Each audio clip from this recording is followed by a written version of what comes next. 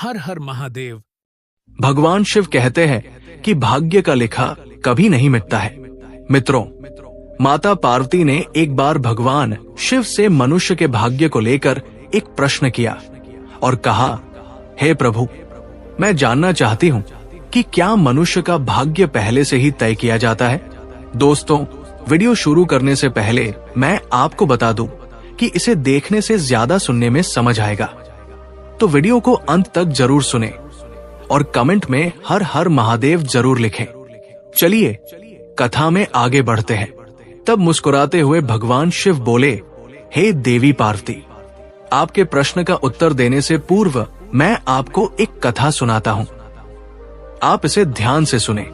दोस्तों, भगवान शिव ही संसार के आदि और अनंत है। शिव के बिना मृत्यु भी अधूरी है, क्योंकि प्राणी के जीवन का अंतिम सत्य है मृत्यु, और मृत्यु के देवता है स्वयं भगवान शिव। दोस्तों, आप सभी से हमारा विनम्र निवेदन है कि आप इस कथा को ध्यानपूर्वक सुने, ताकि आपको जीवन के कुछ महत्वपूर्ण पहलू समझ में आ सके। भगवान शिव कहते हैं, हे देवी पार्वती, काल से कोई भी नहीं जीत पाया है। हर प्राणी को काल मेरी ही आज्ञा से ग्रस लेता है। मनुष्य के जीवन में समय, परिस्थिति और स्थान, इन तीनों की बड़ी भूमिका होती है। कई बार जो कुछ भी घटित होना होता है, उसी अनुरूप परिस्थितियां बनती जाती है, और जो होना होता है वो बस हो ही जाता है। हे देवी, एक समय की बात है, पृथ्वीलोक पर भागीरथ नाम के एक विख्यात राजा राज्य करते थे। वे बड़े ही धर्मात्मा, न्यायप्रिय, पराक्रमी, विद्वान, कुशल और प्रजा का पालन करने में दक्ष थे। राजा भागीरथ अपनी प्रजा को अपने पुत्रों की भांति प्रेम करते थे। प्रत्येक रात्रि वे वेश बदलकर नगर में भ्रमण करते थे, ताकि वे अपनी प्रजा की कुशलता और उनके दुखों को जान सके। एक दिन की बात है, राजा अपनी उसी रात्रिकालीन दिनचर्या के अनुसार वेश बदलकर नगर भ्रमण के लिए निकले। भ्रमण करते करते अमृत बेला का समय हो गया था। अब हल्का हल्का सवेरा होने लगा था। रात भर भ्रमण करने के कारण वे अब नगर की परिक्रमा वाले मार्ग से होकर निकल रहे थे। उसी मार्ग के दूसरी ओर एक घना जंगल आरंभ होता था। तभी उन्होंने देखा कि एक नौजवान लकड़हारा कंधे पर कुल्हाड़ी लिए जंगल में प्रवेश कर रहा है। वो एक ऊंचे वृक्ष पर चढ़कर लकड़ी काटने लगा। अचानक कहीं से एक भयानक रीछ यानी भालू दौड़ता हुआ वहां आ पहुंचा। ये देखकर राजा एक पेड़ के पीछे चुपचाप छिप गए। लेकिन राजा ने देखा कि वो रीछ भी उसी वृक्ष पर चढ़ने लगा, जिस पर वो नौजवान लकड़हारा लकड़ी काटने के लिए चढ़ा था। उस रीछ को पेड़ पर इतनी तेजी से चढ़ते हुए देखकर राजा आश्चर्यचकित रह गए। उन्होंने सोचा, ये कैसे संभव है? इतना भारी भरकम प्राणी वृक्ष पर कैसे चढ़ सकता है? क्योंकि सामान्य रीछ कभी वृक्ष पर नहीं चढ़ता, लेकिन ये तो किसी अद्भुत शक्ति से चढ़ रहा था। उधर जब उस नौजवान लकड़हारे ने रीछ को अपनी ओर तेजी से आता देखा, तो डर के मारे उसके हाथ पांव फूल गए। भय से कांपते हुए उसके हाथ से वृक्ष की टहनी छूट गई और वो धड़ाम से जमीन पर गिर पड़ा। जैसे ही वो गिरा, उसी क्षण उसके प्राण पखेरु उड़ गए। अब जब वो भयानक रीछ पेड़ से नीचे उतरा, तो अचानक वो देखते ही देखते एक सुंदर स्त्री का रूप धारण कर गया और पास ही स्थित एक कुएं के पास जाकर बैठ गया, मानो वो किसी का इंतजार कर रही हो। दोस्तों, राजा भागीरथ ये सब देखकर भीतर तक हिल गए थे। उन्हें अपनी आंखों पर विश्वास नहीं हो रहा था। उनकी सारी थकान, सारा आलस्य और नींद एक क्षण में उड़ गई, क्योंकि उन्होंने अपनी आंखों से देखा था कि कैसे वो भयानक प्राणी एक स्त्री में बदल गया। अब उनका मस्तिष्क अनेक प्रश्नों से घिर चुका था। राजा ने ठान लिया कि मैं इसका पीछा करूंगा और जानूंगा कि ये रहस्य क्या है। वे दूर खड़े होकर उस स्त्री पर दृष्टि टिकाए देख रहे थे कि अब वो क्या करती है। थोड़ी ही देर बाद राजा के 2 सिपाही जो रात्रि गश्त पर थे वहां से गुजर रहे थे। संजोग की बात ये थी कि वे दोनों सगे भाई थे। जब छोटे भाई की दृष्टि उस कुएं के पास बैठी स्त्री पर पड़ी, तो उसे देखते ही वो उसके रूप पर मोहित हो गया और वो बोला, भैया, वो जो सुंदर कन्या वहां बैठी है ना, उसे देखते ही मेरे हृदय में प्रेम जाग उठा है। मेरा मन कहता है कि वही मेरी योग्य वधू है। मैं उसी से विवाह करना चाहता हूं। बड़े भाई ने जब उसकी बात सुनी तो उसने भी कन्या की ओर देखा और वो भी उसी क्षण उसके सौंदर्य पर मोहित हो गया। और बड़ा भाई भी बोला, अरे छोटे, बड़े भाई के होते हुए तू कैसे विवाह कर सकता है? मैं तुझसे बड़ा हूं और मुझे भी उससे प्रेम हो गया है, इसलिए विवाह तो मैं ही करूंगा।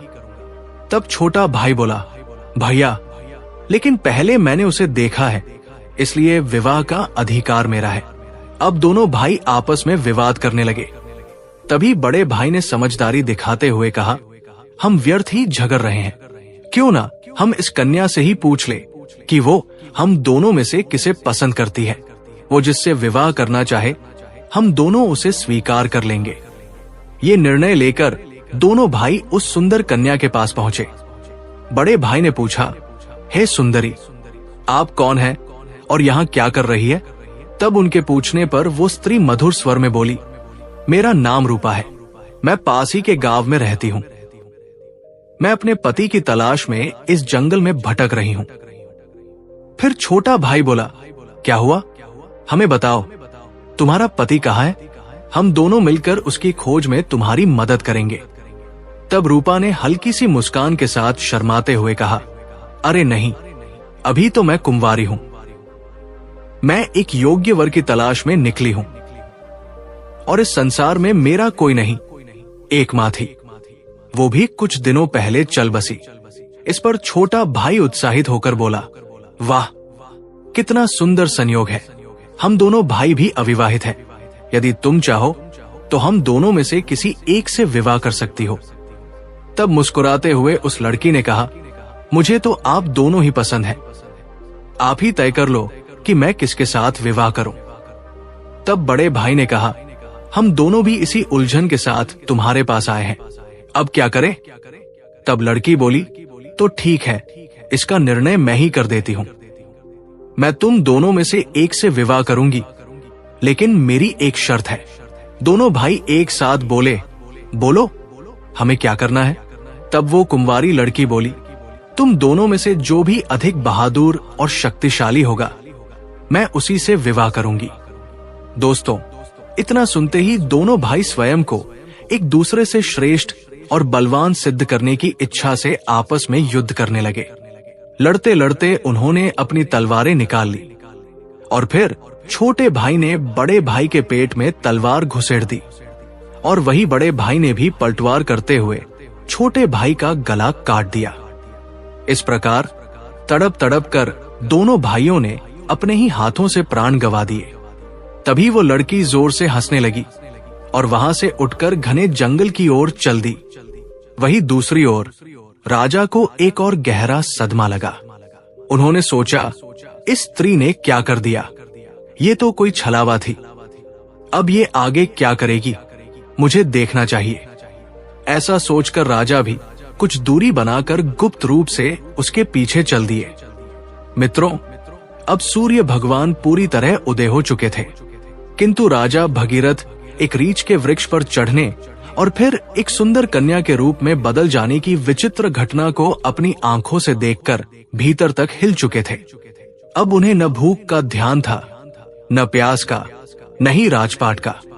उन्हें तो केवल उस रहस्यमयी लड़की के विषय में जानने की तीव्र जिज्ञासा थी।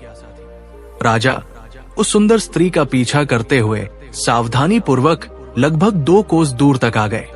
अब आगे जो हुआ उसने राजा के आश्चर्य की सभी सीमाएं तोड़ दी, क्योंकि देखते ही देखते वही स्त्री अब फिर अपना रूप बदलकर एक जहरीले नाग में बदल गई और वो नाग बहुत तेजी से रेंगता हुआ आगे बढ़ने लगा। कुछ ही दूर एक नदी बह रही थी। वो नाग नदी किनारे पहुंचा और राजा की आंखों के सामने ही नदी में कूद पड़ा। नदी में एक नाव चल रही थी जिसमें 10-12 लोग सवार थे। वो नाग उसी नाव की ओर बढ़ा। राजा भगीरथ किनारे खड़े होकर ये सब देख रहे थे। नाग के नाव में कूदते ही उसमें अफरा तफरी मच गई। लोग डर के मारे अपनी जान बचाने के लिए नाव से पानी में कूदने लगे। इस भगदड़ में नाव भी पलट गई और जो लोग तैरना जानते थे वे किसी तरह नदी से बाहर निकल आए, लेकिन जो तैरना नहीं जानते थे वे डूबकर अपनी जान गंवा बैठे। दोस्तों, थोड़ी ही देर बाद वो नाग नदी से बाहर निकला और किनारे किनारे आगे बढ़ने लगा। राजा भगीरथ उसका पीछा करते रहे। फिर कुछ दूर जाने पर राजा को एक और आश्चर्य हुआ। वो नाग अब एक बार फिर अपना रूप बदल चुका था। अब वो एक वृद्ध गरीब ब्राह्मण के वेश में था। राजा ने सोचा, इस रहस्यमय प्राणी के विषय में जानकारी लेने का यही उचित समय है, क्योंकि इस समय वो एक वृद्ध ब्राह्मण के रूप में था। इसलिए राजा ने सोचा, अब मुझे इससे कोई खतरा नहीं होगा, मैं इसके पास आसानी से पहुंच सकता हूं। यही सोचकर राजा शीघ्रता से उस रहस्यमयी ब्राह्मण की ओर बढ़ने लगे। राजा तो उसके छलावे और रहस्यमयी चालों का पहले से ही पीछा कर रहे थे। अब वो तेज कदमों से चलते हुए उस ब्राह्मण के पास पहुंचे। उन्होंने हाथ जोड़कर विनम्रता से प्रणाम किया। उस वृद्ध ब्राह्मण ने भी हाथ उठाकर अभिवादन स्वीकार किया और उन्हें आशीर्वाद दिया। तब राजा ने समीप जाकर पूछा, हे ब्राह्मण देव, आप कौन हैं? तब उस ब्राह्मण ने बड़े आश्चर्य के साथ उत्तर दिया, क्या तुम्हें दिखाई नहीं देता? मैं एक ब्राह्मण हूं और साथ ही एक वैद्य भी। अभी मुझे बहुत शीघ्रता से राजमहल पहुंचना है, क्योंकि वहां के राजा संकट में हैं और उन्हें एक कुशल वैद्य की आवश्यकता है। उस ब्राह्मण की बात सुनकर राजा स्तब्ध रह गए। उनका शरीर पसीने से भीग गया। अब उनका धैर्य टूटने लगा। दोस्तों, भगवान शिव माता पार्वती से कहते हैं, हे देवी, ऐसा क्यों न हो, क्योंकि हर मनुष्य अपनी मृत्यु से डरता है और जब मृत्यु ही उसके सामने खड़ी होकर उससे बात कर रही हो तो भय तो होगा ही। राजा अब अत्यंत डर चुके थे, किंतु उन्होंने साहस जुटाया और दृढ़ स्वर में बोले, हे विप्र, कुछ तो सत्य कहिए। ऐसे झूठ बोलना ब्राह्मण को शोभा नहीं देता। इसके लिए आपको दंड भी मिल सकता है, यहां तक कि सूली पर भी चढ़ाया जा सकता है। और हाँ, मैं आपको बताना चाहता हूं कि यहाँ के राजा मेरे मित्र हैं और वे पूर्णतः स्वस्थ हैं। ये सुनकर ब्राह्मण मंद मुस्कान के साथ बोला, मैं सब जानता हूं। तुम व्यर्थ मेरा समय नष्ट कर रहे हो। मैं जो भी हूं उससे तुम्हें क्या लेना देना? तुम अपने काम से काम रखो। राजा ने अब अपनी आवाज ऊंची करते हुए कहा, हे ब्राह्मण, आप पुनः असत्य बोल रहे हैं। आप ब्राह्मण नहीं हैं। आप वो नहीं हैं जो मुझे प्रतीत हो रहे हैं। जब तक मैं सच्चाई नहीं जान लेता तब तक मैं आपका पीछा नहीं छोड़ सकता। आपको सच बताना ही पड़ेगा। फिर से मंद मुस्कान के साथ वो ब्राह्मण बोला, हे युवक, मैं एक ब्राह्मण ही हूं। मुझे जाने दो, नहीं तो यहाँ के राजा की मृत्यु का कारण तुम बनोगे और इसका पछतावा तुम्हें जीवन भर रहेगा। ब्राह्मण के मुख से ऐसी बातें सुनकर राजा को क्रोध आ गया। उन्होंने अपनी गुप्त तलवार निकाल ली और बोले, अब आप झूठ नहीं बोल सकते। मैं तब से आपका पीछा कर रहा हूं जब आप ऋच का रूप धारण किए हुए थे। आपने उस युवक लकड़हारे को मार डाला, फिर एक सुंदर स्त्री बनकर 2 सिपाही भाइयों को एक दूसरे के हाथों मरवा दिया। फिर आप विशैला नाग बनकर नदी में कूदे और उस नाव पर चढ़ गए जिसमें कई यात्री सवार थे। आपकी दहशत के कारण भगदड़ मची, नाव पलट गई। जो तैरना जानते थे वे तो बच निकले, लेकिन बाकी सभी डूबकर मर गए। और अब आप वृद्ध ब्राह्मण का रूप धारण करके नई चाल चल रहे हैं। इसलिए हे ब्राह्मण, अब सत्य कहो, तुम कौन हो?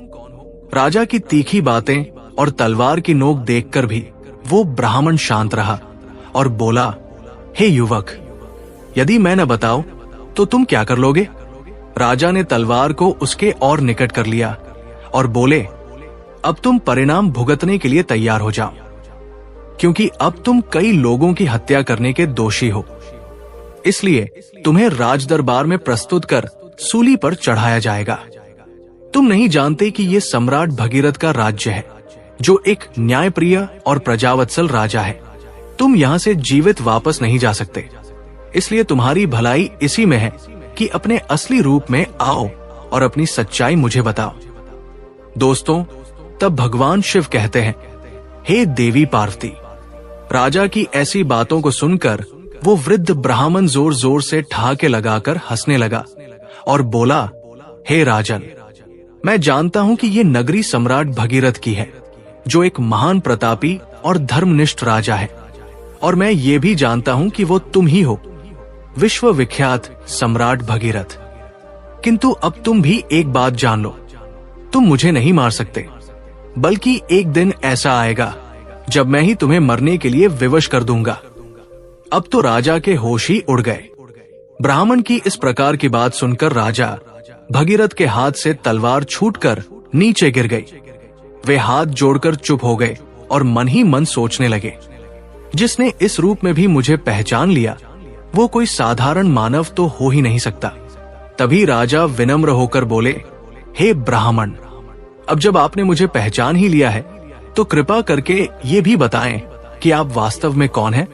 तब वो ब्राह्मण बोला, हे राजन, किसी ने सत्य ही कहा है कि संसार में 4 हट सबसे बलवान होते हैं, राजहट, बालहट, स्त्रीहट और योगहट। तुम राजा हो, इसलिए राजहट पर अड़े हो। अब तुम बिना मेरी सच्चाई जाने रह ही नहीं सकते, ये भी मैं जानता हूं।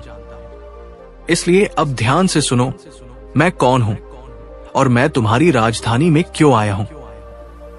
तब उस वृद्ध ब्राह्मण ने बताना आरंभ किया और कहा, हे राजन, अब तुम्हें मैं अपनी पहचान बताता हूं। मेरा नाम काल है। तुम जानते हो कि संसार में जितने भी प्राणी जन्म लेते हैं, उनकी मृत्यु निश्चित होती है। इसीलिए इस धरती को मृत्यु लोक कहा जाता है। जब कोई प्राणी माता के गर्भ में आता है तो उसी समय उसका भाग्य लिखा जाता है। नियति के अनुसार आत्मा शरीर में प्रवेश करती है और वह जीवित होता है। उसी क्षण उसकी मृत्यु का समय, स्थान और कारण भी विधाता द्वारा निश्चित कर दिया जाता है। जब किसी प्राणी की मृत्यु का समय आता है तो भगवान शिव ही धर्मराज को इसकी सूचना देते हैं, क्योंकि सभी प्राणियों की मृत्यु का निर्णय शिव जी के पास होता है।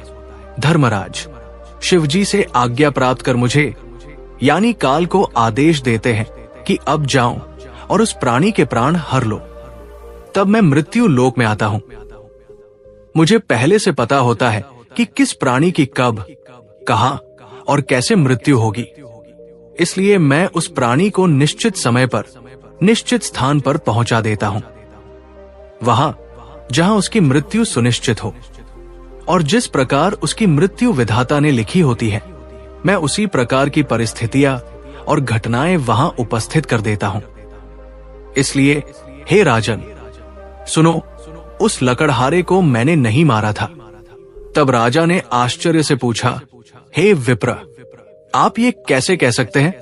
मैंने स्वयं अपनी आंखों से देखा है कि उस लकड़हारे की मृत्यु का कारण आप ही बने थे।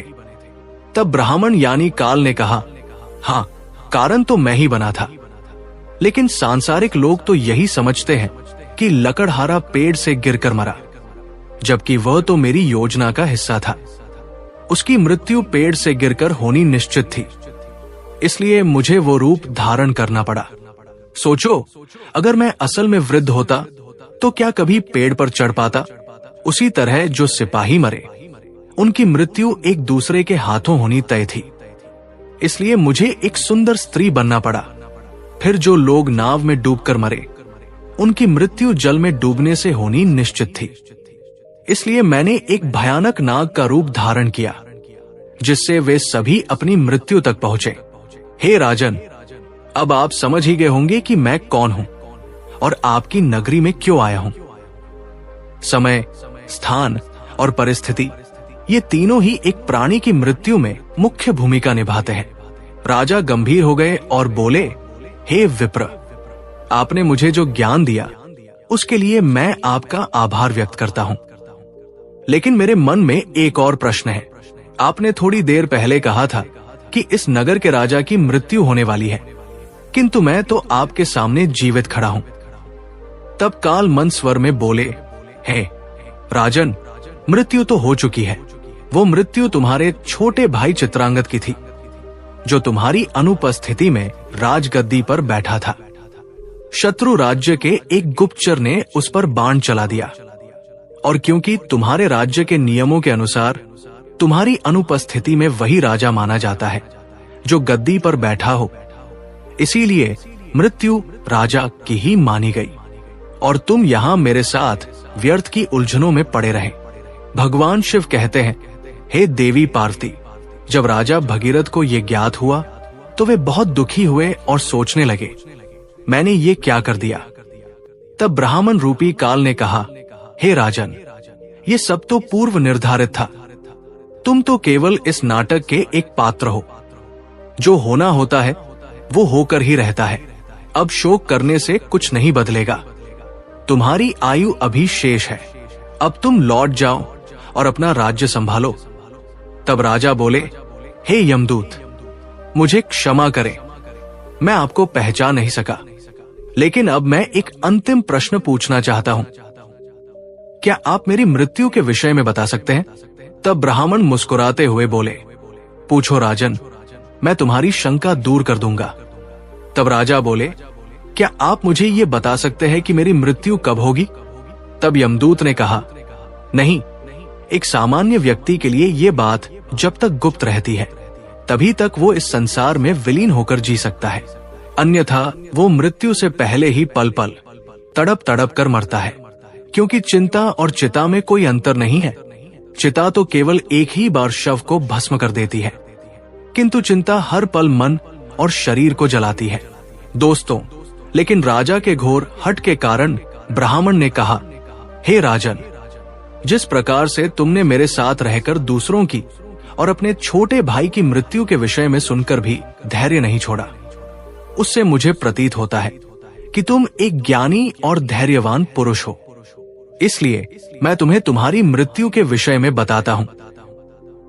हे राजन, ध्यान पूर्वक सुनो। तुम्हारी मृत्यु आज से ठीक 1 वर्ष बाद सूली पर चढ़ाने से होगी, और विशेषतः ये मृत्यु इसी नगरी के भीतर तुम्हारे अपने राजमहल में ही घटित होगी। तुम इस मृत्यु को प्रसन्नता पूर्वक स्वीकार करना। इतना कहकर वो ब्राह्मण एक चील का रूप धारण कर वहां से उड़ गया, और दूसरी ओर राजा अपने महल लौटकर अपने छोटे भाई चित्रांगद का अंतिम संस्कार करते हैं और राज्य कार्य को पुनः व्यवस्थित रूप से संभालने लगते हैं। धीरे धीरे वे यमदूत के साथ हुई सारी घटनाओं को भूलने लगते हैं। इसी तरह 6 महीने बीत जाते हैं। फिर एक रात अचानक राजा घबराकर नींद से उठ जाते हैं। उन्हें मृत्यु की आहट महसूस होने लगती है। इस पर भगवान शिव कहते हैं, हे देवी, मनुष्य चाहे जितना भी निडर क्यों न हो, परंतु जब उसे अपनी मृत्यु का पूर्वाभास हो जाए तो वो उससे बचने के लिए कोई न कोई उपाय अवश्य ही ढूंढ निकालता है। राजा ने भी ऐसा ही किया।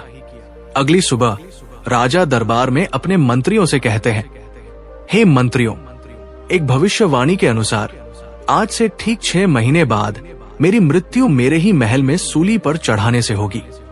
अतः आप लोग कोई ऐसा उपाय खोजें जिससे ये मृत्यु टाली जा सके। कुछ समय बाद एक प्रमुख मंत्री ने सुझाव दिया, महाराज, यदि हम राज्य भर से सभी नुकीली वस्तुओं जैसे सूली, भाले, चाकू, कटार आदि का पूर्णतः बहिष्कार कर दें और उन्हें राजनगर से बाहर निकाल दें, तो शायद आपको सूली पर चढ़ाया ही न जा सके। मंत्री की ये सलाह राजा को और अन्य सभासदों को भी पसंद आती है और वे वैसा ही करते हैं। दोस्तों, राजा भगीरथ अब थोड़े शांत हो जाते हैं, किंतु मृत्यु का भय उनके भीतर अब भी जीवित रहता है। इस भय के कारण अब उन्हें नींद नहीं आती और वे मन को बहलाने के लिए नए नए शौक अपनाने लगते हैं। इसी तरह दिन बीतते हैं और वह दिन भी आ जाता है जिसके अगले दिन भविष्यवाणी के अनुसार राजा की मृत्यु होनी थी। अब राजा और भी अधिक व्याकुल हो जाते हैं। उन्हें समझ नहीं आता कि क्या करें। वे सोचते हैं, क्यों न आज की रात राजमहल से बाहर ही रहा जाए। हो सकता है यदि मैं महल में न रहूं तो भविष्यवाणी झूठी साबित हो जाए। ये सोचकर वे मध्यरात्रि में एक गरीब भिखारी का वेश धारण कर चुपचाप महल से निकल पड़ते हैं और नगर की गलियों में घूमने लगते हैं। अब कई दिनों की नींद न लेने के कारण वे थक जाते हैं। तभी वे एक घर में चुपचाप घुस जाते हैं। वो घर एक दर्जी का था, जो राजा और रानी के विशेष वस्त्र सिलने का कार्य करता था। राजा उस घर में चुपचाप एक कोने में जाकर सो गए। अब रात्रि का अंतिम प्रहर बीत रहा था। राजमहल में किसी को यह ज्ञात नहीं था कि राजा कहाँ है, क्योंकि कई दिनों से वे अपने कक्ष से बाहर नहीं निकले थे। सब यही समझ रहे थे कि महाराज अभी भी अपने कक्ष में ही विश्राम कर रहे हैं। उधर उस दर्जी के घर में कुछ चोर आते हैं और राजा रानी के लिए सिल रहे बहुमूल्य राजसी वस्त्र चुराकर भाग जाते हैं। जब अगली सुबह दर्जी को यह घटना पता चलती है तो वो घर के कोने में सो रहे उस व्यक्ति को, जो कि राजा थे किंतु भिखारी के वेश में थे, चोर समझ बैठता है। बिना पहचाने वो राजा को बांधकर सीधे राज दरबार में ले जाता है। अब राजमहल में राजा भगीरथ का पुत्र, जो अब युवावस्था में है, पिता की अनुपस्थिति में राज्य गद्दी पर बैठा था। उसने बिना जांच पड़ताल किए उस भिखारी को चोर मानकर सिपाहियों को आदेश दिया कि इसे सूली पर चढ़ा दो। ये सुनकर राजा चौंक कर उठ बैठते हैं। चारों ओर का वातावरण देखकर उन्हें समझ आ जाता है कि वे स्वयं ही अपने पुत्र के द्वारा दिए गए मृत्यु के आदेश में फंस चुके हैं। ये वो दिन था जिसकी भविष्यवाणी 1 वर्ष पहले ब्राह्मण ने की थी। राजा ने तुरंत दरबार में अपने मंत्रियों को सारा वृत्तांत बताया और कहा, हे मंत्रीगण, हम एक धर्म संकट में हैं। न तो मैं अपने पुत्र के आदेश का अपमान करना चाहता हूं और न ही मृत्यु का वरण करना चाहता हूं। अब आप ही कोई उपाय बताइए। तब महामंत्री ने उस दर्जी को बुलाया और सभा को संबोधित करते हुए कहा, राजन, आपके आदेश की मर्यादा बनी रहे और महाराज के प्राण भी सुरक्षित रहें। इसके लिए हम इन्हें सूली के स्थान पर एक सुई की नोक पर बैठा देते हैं। इससे आदेश की पूर्ति भी होगी और किसी की मृत्यु भी नहीं होगी। ये बात सभी को उचित लगी।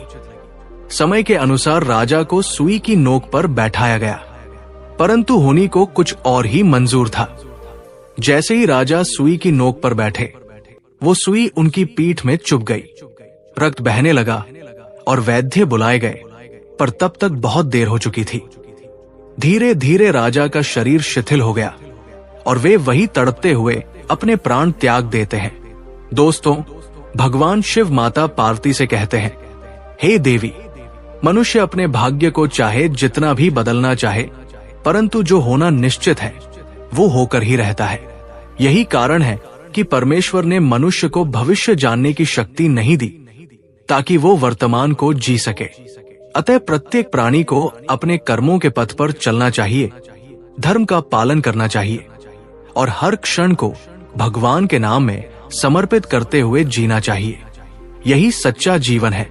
तो दोस्तों, यही थी राजा भगीरथ की अद्भुत और रहस्यमयी कथा, जो हमें ये सिखाती है कि भाग्य से कोई नहीं बच सकता, चाहे कोई कितना भी उपाय कर ले। यदि आपको ये कथा अच्छी लगी हो तो कृपया इस वीडियो को लाइक करें। अगर आप हमारे चैनल पर नए हैं तो इसे सब्सक्राइब जरूर करें, ताकि ऐसे ही रहस्यमयी, प्रेरणात्मक और आध्यात्मिक कथाएं आपको नियमित रूप से मिलती रहें। जय भोलेनाथ, हर हर महादेव। आपका दिन मंगल